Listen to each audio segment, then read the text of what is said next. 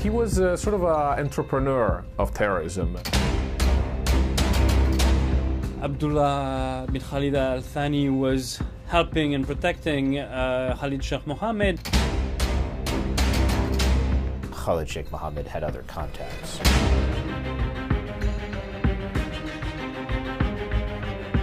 Qatar, vornehmlich in Qatar, hier haben wir. Qatar has supported the Muslim Brotherhood, Taliban, and Hamas. The Qataris have been playing a dual game. It's almost been like a jihadist central for terrorists.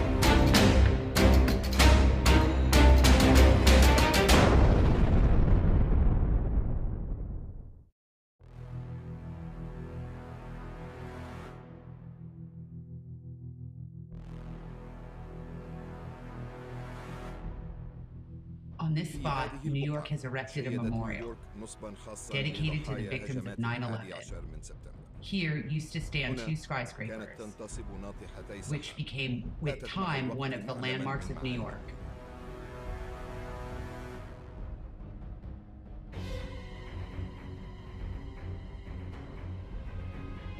But the attacks of 9/11 turned them into a torch of fire.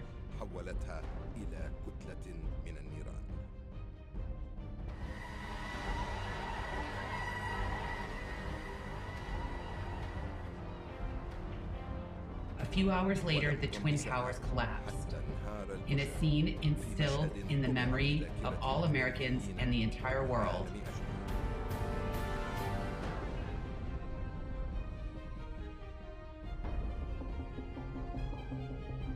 "19 people had been accused of carrying out the attacks on New York and Washington. 19 people who had sworn allegiance to their leader Osama bin Laden, the instigator of the attacks. Bin Laden was not alone in this. He gathered around him an extremist and fanatical team in what is known as Al-Qaeda. But the one who designed the September attacks was not then an official member of Al-Qaeda, but a person from outside the organization. He was the mastermind who oversaw the entire process. His name was Khalid Sheikh Mohammed.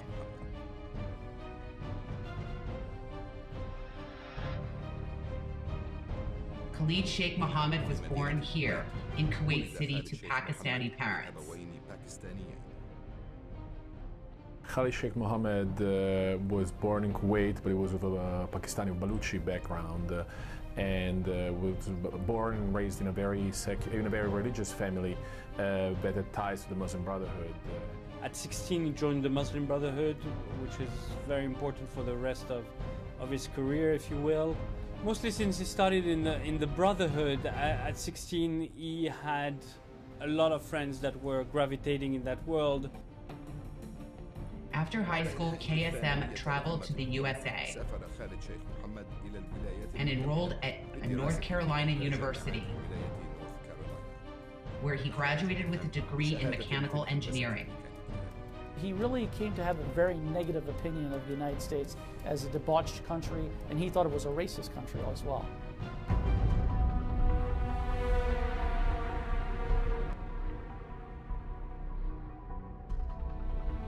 In 1987, Khalid Sheikh Mohammed landed in Afghanistan to take part in the vicious war against the invading Soviet troops.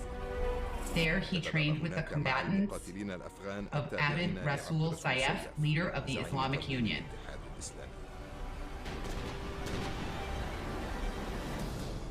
Khalid Sheikh Mohammed took part in the battles against the Soviet forces for only 3 months before joining the staff of Abdullah Azzam, the spiritual leader of Osama bin Laden and Al-Qaeda. He'd been a long-time associate of Al-Qaeda, although it took a while for him to actually join the organization for a variety of reasons that relate mainly to personality. He had connections with almost everyone in the main, if you will, jihad group. Khalid Sheikh Mohammed had some tense relations with Al-Qaeda leader Osama bin Laden. Overall warm, but as is the case with many larger-than-life figures. They clashed frequently. But a few years later, the Soviet troops withdrew from Afghanistan. KSM found thus himself, like many others, without a cause. The Bosnian War provided him with a new opportunity. He headed there and joined the fight against Serbian forces. After fighting for a short time, KSM decided to follow a new path. Die haben ihm das Geld gegeben. Die haben ihm das Qatar gave him money and logistical support until during the early 1990s he managed to organize and support all mujahideen in Bosnia fighting against the Serbs and Croats. He assembled there his tools, and Qatar discovered that it has a terrorist tool through which it can carry out its terrorist plans. KSM left Bosnia and headed to his original homeland, Pakistan. He had no idea what the next step would be until he got the answer from a place he never thought of.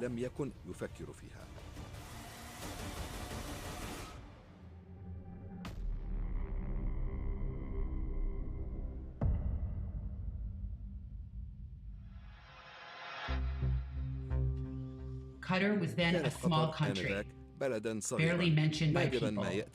At that time, Sheikh Abdullah bin Khalid Al Thani was Minister of Religious Endowments. Like many others, he was known for providing moral and financial support to those who fought in Afghanistan against the Soviet occupation. After KSM returned from Bosnia, Abdullah bin Khalid invited him to Qatar. At that time, Al-Thani, he offered him a job as an engineer at the Qatar Electricity and Water Corporation. KSM took the offer and settled in Qatar with his family. KSM lived in Qatar from about 1992 to 1996. He was actually being employed as an engineer for the Water and Electricity Ministry. He was also living in an apartment given to him by the Minister of Religious Endowments.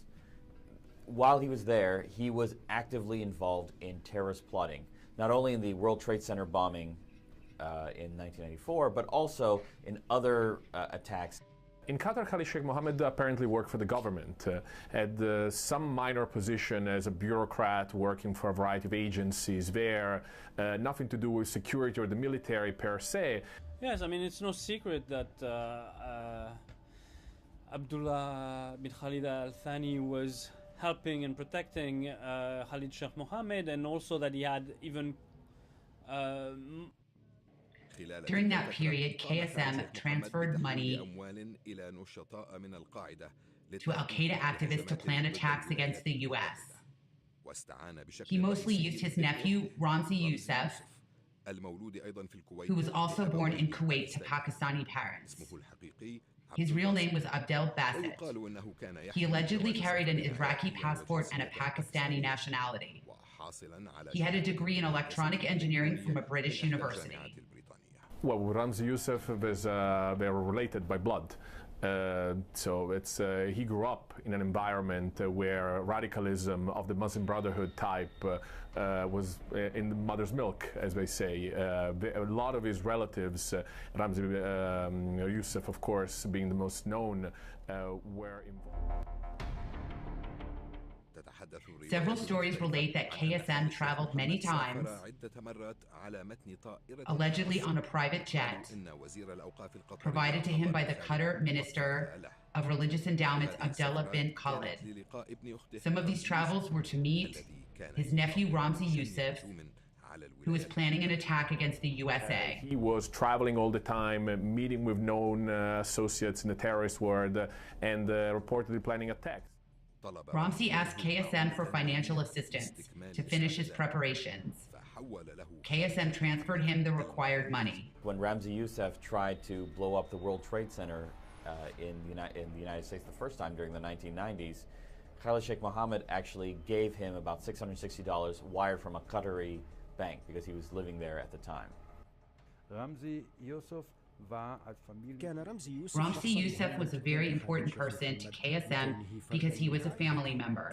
He knew that he could exploit him and use him in his terrorist endeavors because Ramzi Youssef had capabilities that KSM could use in his terrorist acts, and he did use them. ولقد قام باستعمالها بالفعل.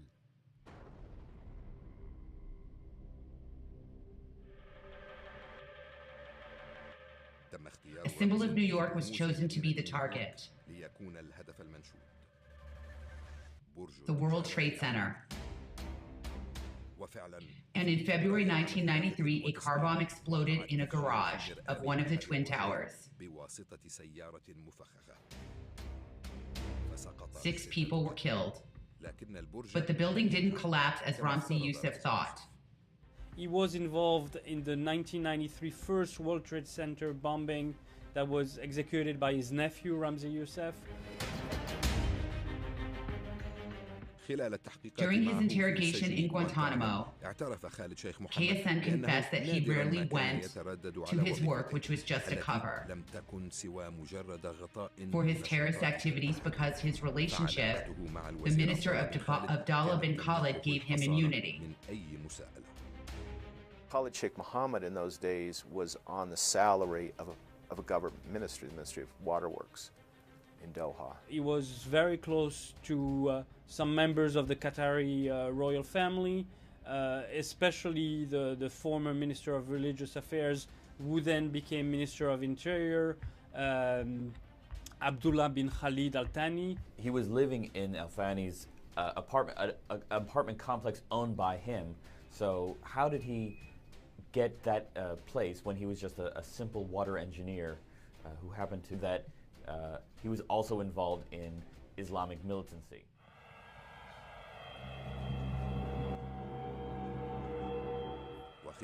In Guantanamo, KSM confessed that he traveled in 1994 to the Philippines at the expense of the Qatari Minister of Religious Endowments, Abdullah bin Khalid, to meet Ramzi Youssef, who had been plotting to blow up American airliners over the Pacific. But the plot failed. A year later, Ramzi Youssef was arrested in Islamabad by the Pakistani authorities and handed over to the American judicial authorities. I first heard his name not when I was in the CIA, but when I was living in Beirut and ran into a Qatari prince, a man named, they called Bad Hamid, or Hamid bin Jassim. He'd been chief of the police in Doha, and he told me that they had been intercepted Khalid Sheikh Mohammed's phone calls and plans to hijack airplanes and use them as weapons. Former CIA agent Robert Baer mentions in his book Sleeping with the Devil that he met the head of then Qatari security services, Hamid bin Jassim bin Hamid Al Thani, who informed him that his services monitored phone calls showing that KSM was cooperating with Mohammed Shaki Islamabuli to form what he described as a pro-Al-Qaeda terrorist cell with the knowledge of then Minister Interior and Religious Endowments, Sheikh Abdullah Al Thani. KSM was running then a pro-Al-Qaeda cell in Qatar with Mohammed Islamabuli, the brother of the killer of the former Egyptian President Anwar Sadat, and who was on the American terror list. He was essentially the director of operations for Al-Qaeda Central up to the 9/11 attacks. He's the one who planned them. Even though Osama bin Laden was the spiritual leader. He was sort of an entrepreneur of terrorism, meaning that for a long time he was somewhat unaffiliated, but had developed a lot of very deep connections to a variety of key players in the terrorist world, whether it was in the Middle East, whether it was in Afghanistan, where Al-Qaeda was based at the time. He had relationship with all the major Islamists in the world. He was, as I said, a major central figure in the jihadist world. Most of the people that he knew from his time at the Muslim Brotherhood ended up being in Al-Qaeda. We all know that Qatar has supported the Muslim Brotherhood. They've also supported the Taliban and Hamas. So it's almost been like a jihadist central for terrorists.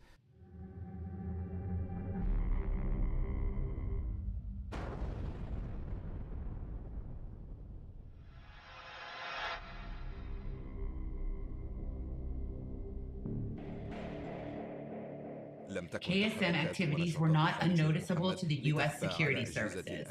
His relationship with one of the pillars of the Qatari government, all the major security services around the world, not only the Americans but the Brits, the French, you name it, they all knew Khalid Sheikh Mohammed's role.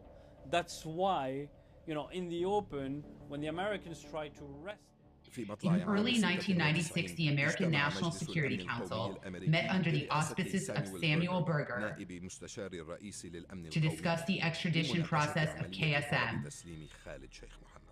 An article published by the New Yorker magazine in September 2010 states that Samuel Berger proposed during the meeting that a team should be dispatched to Qatar without the participation of the CIA, but the Pentagon categorically objected, as it was thought that a force made up of hundreds of U.S. soldiers might be required to secure the team. So the idea had been discarded, and the State Department was assigned to negotiate with the Qataris. Accordingly, the State Department formally requested the Qatari government to arrest KSM. We went to them, we made our request, we gave them the evidence to justify the request. They didn't see it the same way. Their exact motivation for that, the Qataris are probably the best ones to answer that. Qatar has a history of supporting a variety of players in the terrorist world. Whether that was the case, that we're protecting him or not, I don't know. Obviously, the reaction from the United States was extremely disappointed. Khalid Sheikh Mohammed was seen already in the second half of the 90s as a prominent mastermind of terrorist attacks. The US government didn't know that he was planning 9/11, but he had been involved in a variety of plots in the United States, in the Philippines, in the Middle East, and obviously he was quite high up in the food chain of Al-Qaeda, so the US government really wanted him already in the mid-90s. In his book Mastermind, American journalist Richard Miniter relates what happened later. The CIA officer, Melissa Boyle, had been tracking KSM for months when she knew that he was living in Doha in an apartment that belonged to the then minister, Abdallah Al-Thani.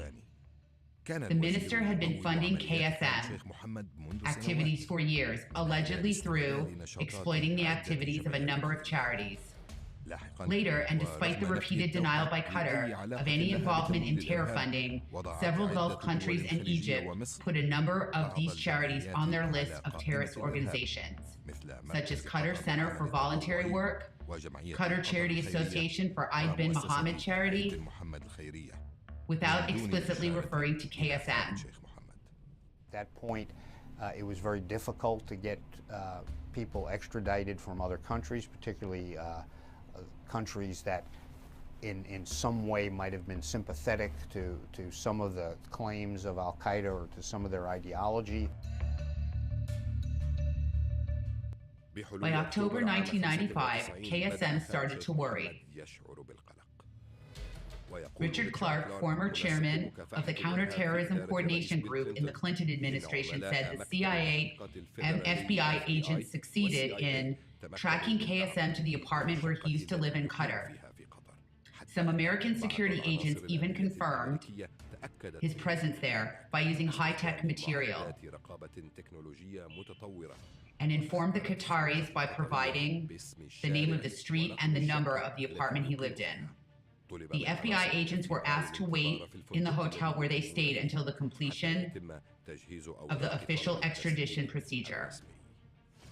The FBI director, Louis Freeh, made several phone calls to the head of the Qatari intelligence services, but the Qatari authorities kept delaying the process for weeks, despite the prisoners exchange treaty signed previously by the two countries. According to Jack Clunan, the leader of the unit which was tasked to capture KSM, the FBI prepared a private jet with windows, painted in black, stationed at Doha Airport, and waiting to transport KSM to the USA. Once the FBI agents received the extradition papers, they raided KSM's apartment. But it was empty. It was very clean without a grain of dust. So, how did he escape? The FBI went to the Qatari government and said, we'd like you to turn over this individual who was in charge, who was involved in a bombing in the United States. Please turn him over. And the Qatari government hemmed and hawed and basically tipped him off. And so by the time they raided the apartments, there was nobody there. He was gone. I frankly don't know why the Qataris refused to extradite Khalid Sheikh Mohammed. Did he become an embarrassment? Did he know too much about the Qatari government? Did he know too much about Qatar financing Osama bin Laden? Robert Baer, a former CIA agent, said that the then Minister of Religious Endowment informed KSM about the American preparations to arrest him. Baer pretends that the Qatari minister provided KSM with a Qatari passport and put a private jet at his service, which took him out of Qatar. By the former Minister of Religious Endowment, who later became Interior Minister, that the Americans were preparing to arrest him. He gave him a passport and money and sent him to a safe place. The Americans saw this as conclusive evidence that one of the prominent Qatari politicians supported KSM in various ways. This means, once again, that the elite of Qatari politicians were responsible for all subsequent terrorist attacks by KSM. Somebody in the Qatari government tipped him off, and that led to him leaving the country and basically disappearing from the country. In his book Ghost Wars, the author Steve Cole relates how the FBI Director Louis Freeh had complained to the Qatari Foreign Minister Al-Thani about the repeated failures in the attempts to arrest KSM and his successful escape. This couldn't happen, according to Freeh, unless a high Qatari official was informing KSM about the American plans. This official, according to the Americans, was no other than the Minister of Religious Endowment, Abdullah bin Al-Thani. Louis Freeh, who was the FBI director at the time, was furious at the Qatari government, saying that these guys let this major terrorist out and let him get out of Dodge, essentially, for what reason? The United States really wanted him, and the United States can bring enormous pressure on any government to cough up a single person. The links that you had those years between especially the Minister of Religious Affairs and Khalid Sheikh Mohammed would have been exposed if Khalid Sheikh Mohammed was to be arrested by the FBI at the time. He would have had to explain where his funding came, which was obviously from Qatar, and that would have been a big scandal.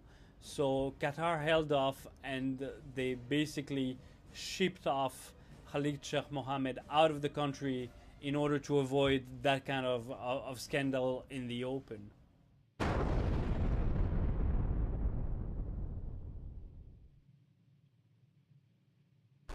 With the support of the ruling family,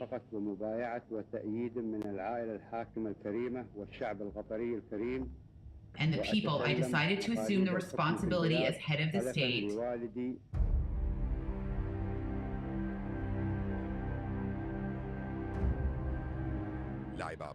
Al-Thani played a major role in the coup, fomented by Hamid bin Khalifa against his father in 1995. He was rewarded after the coup with the position of Minister of State for Interior Affairs in 1996.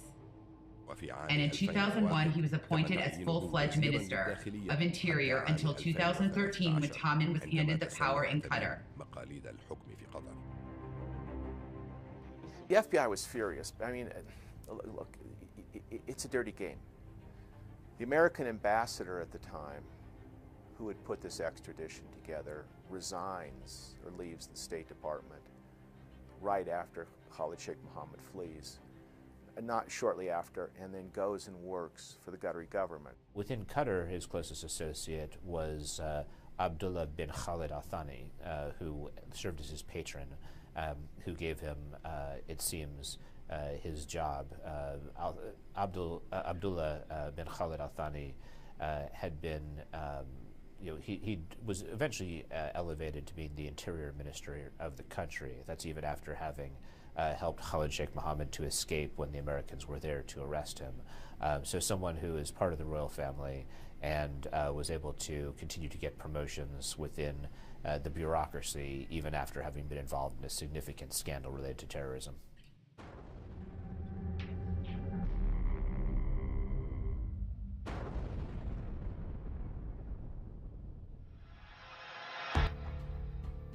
It wasn't difficult for Abdallah bin Khalid to provide KSM with the necessary support and funding. In addition to using his private wealth, a number of charities and their influential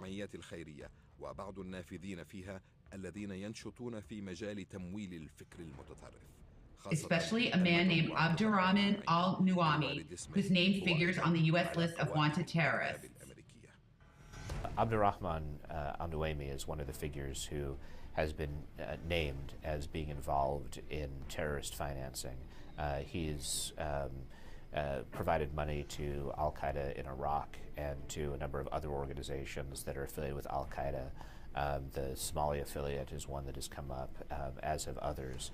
He's been designated by the U.S., European Union, United Nations, Turkey, and other countries, but still is able to operate very publicly. KSM received also funds from Khalid Mohammed Turki al-Subari from funds supplied by a number of Qatari charities. Suspected of financially supporting al-Nusra, Al-Qaeda affiliate in Syria. Subali used to work for the Qatari Central Bank, was jailed by a Qatari court of law after being convicted of terrorism, but he was released after just 6 months.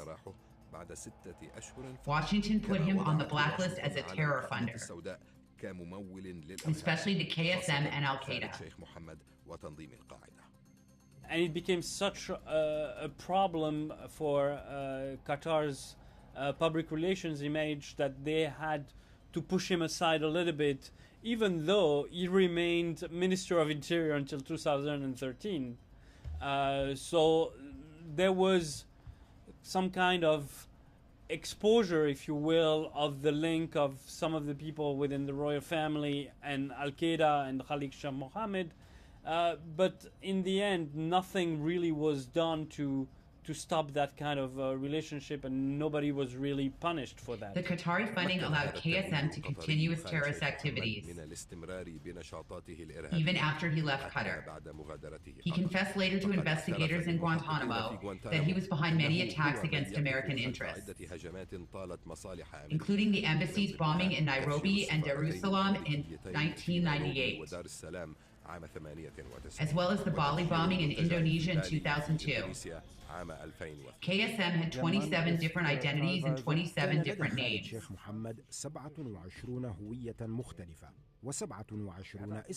We are talking about important documents that cannot be easily obtained, except through influential acquaintances.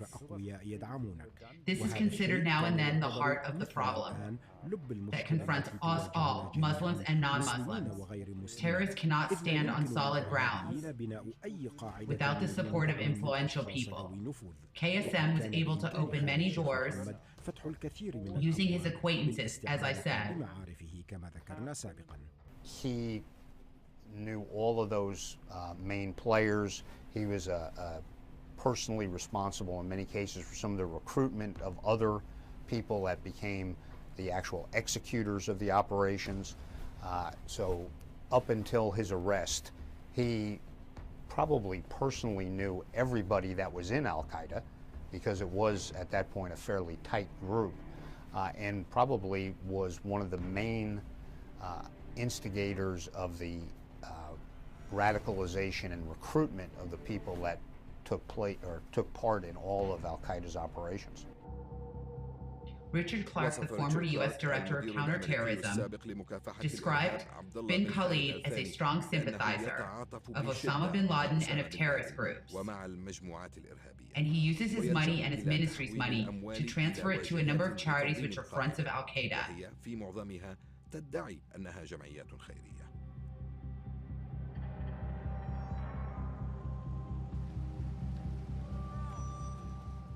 In 2004, the French government informed the British intelligence that the Qatari Minister of Interior was known by his sympathy to the extremist Islamists. This intelligence assessment came after the failed attempt on the life of Saif al-Islam, the son of former Libyan leader Gaddafi. It was leaked that the Libyan government connected to Qatar to the terrorist cell which tried to assassinate Saif al-Islam, and some counter-terrorism official confessed also to the New York Times that bin Khalid allegedly hosted some 100 extremists and terrorists in what is supposed to be a farm in Qatar belonging to him. For over 30 years, Qatar has always been at the forefront of supporting terrorist organizations in the world through money, modern equipment, weapons, organization, and protection. Take, for example, Mali, Mauritania, Libya, and Yemen. Wherever we look at terrorism in the world, we always find Qatari funding. A couple of reasons for why Qatar has played that kind of double game. It's ideally what Islamists have been doing since 1928 and the creation of the Muslim Brotherhood. It's to say something to the West in English, very tolerant, very moderate, and then have another language when they speak in Arabic and when they do what they intend to do in terms of their policies. So the Qatari regime always was playing games in terms of favoring some of the West, but then keeping at the same time the Islamist movement very strong. In addition to Abdullah bin Khalid al-Thani, it's likely that Khalid Sheikh Mohammed had other contacts. It's Abdullah bin Khalid whose name surfaced most frequently in the wake of the 9/11 attacks. A lot of people talked about him publicly. During this period, though, there were a number of different al-Qaeda operatives who moved through the country. You have different estimates that have been put forward. Former CIA agent Robert Baer says there were about 8 to a dozen high-profile al-Qaeda leaders, other figures.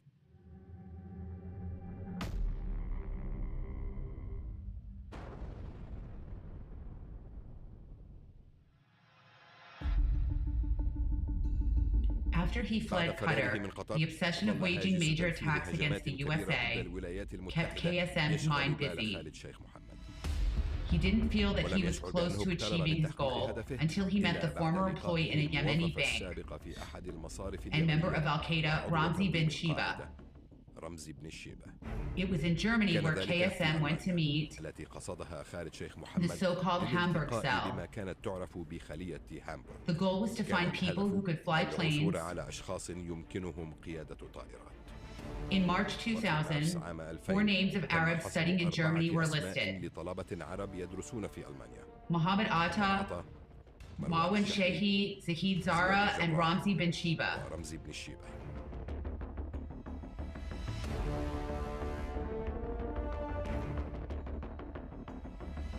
3 of them got the visa to travel to the USA, except Ramzi bin Shiba, whose visa request was denied 4 times.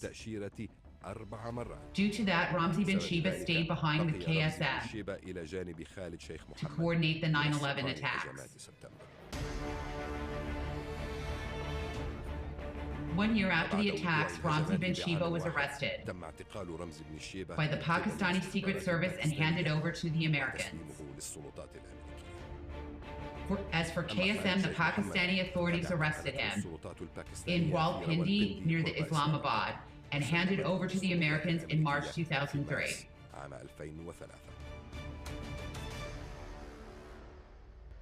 Had it not been for KSM, there's a good chance the 9/11 attacks and everything that sort of came out afterwards would have never happened, because it was his idea that he'd been working on for the better part of a decade. He's the one who made Al-Qaeda the dangerous and very deadly group that they became. He's the one who took the guidance from his leaders and made it happen. He recruited people, he trained people, he planned the operations, he supervised the execution of the operations. Was really the mastermind behind the attacks on 9/11. The Daily Telegraph alleged in an article on February 1st, 2011, that came in possession of top-secret documents from WikiLeaks, which show that 3 Qataris supposedly explored the sites of these attacks, and especially the World Trade Center, the White House, the Pentagon, and the CIA headquarters.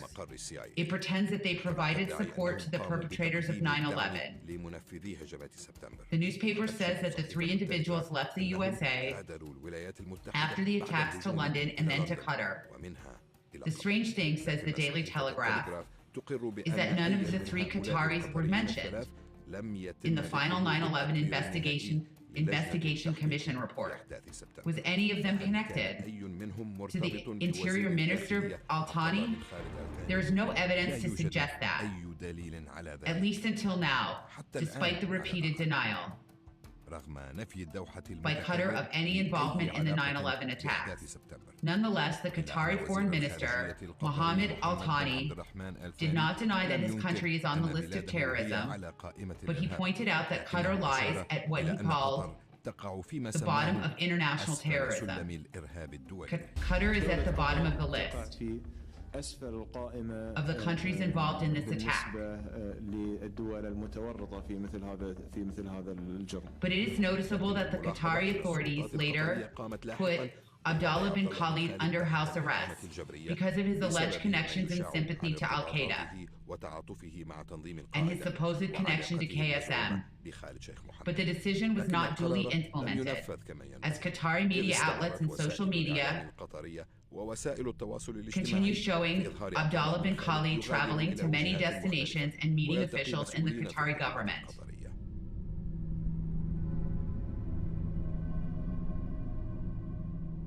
In January 2013, Abdullah bin Khalid headed a Qatari delegation to Cairo to discuss crime fighting and other security issues. After the Muslim Brotherhood became the rulers in Egypt, during President Hosni Mubarak era, he was considered persona non grata, and he didn't attend the meetings of Arab interior ministers when they were held in Cairo. People who support terrorism in Qatar are known. They make up half of the ruling class who run the ministries. And countless grants through non-governmental charities, which are simply money laundering facades. Money is laundered and redirected to terrorism. They have repeatedly tried to hide this, but they have failed. At a time when he was supposed to be essentially under house arrest and detained within the country, he was able to go over to Britain and do a speaking tour with a former Gitmo detainee, while the Qataris had actually signed off that he was supposed to remain there. As for the Qatari authorities, the fact they put him under house arrest is apparently refuted by Abdullah bin Khalid's Instagram account, which shows his pictures during this period of supposed house arrest. إنه كان تحت الإقامة الجبرية. Qatari government never came clean on their relation to Khalid Sheikh Mohammed or any support after he fled American justice. The Qataris have been playing a dual game, both with working with the United States.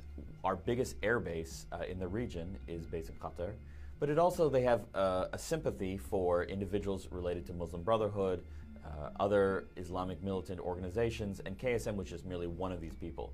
Qatar sees itself as the best ally of the West in the fight against terrorism, and it is trying to play both sides. Qatar is a problem for everyone in the world, whether Muslims or non-Muslims. The West does not move a finger. We in Qatar are naturally against any terrorist act in any country. Of course, what happened in the USA is harmful to the reputation of Arabs.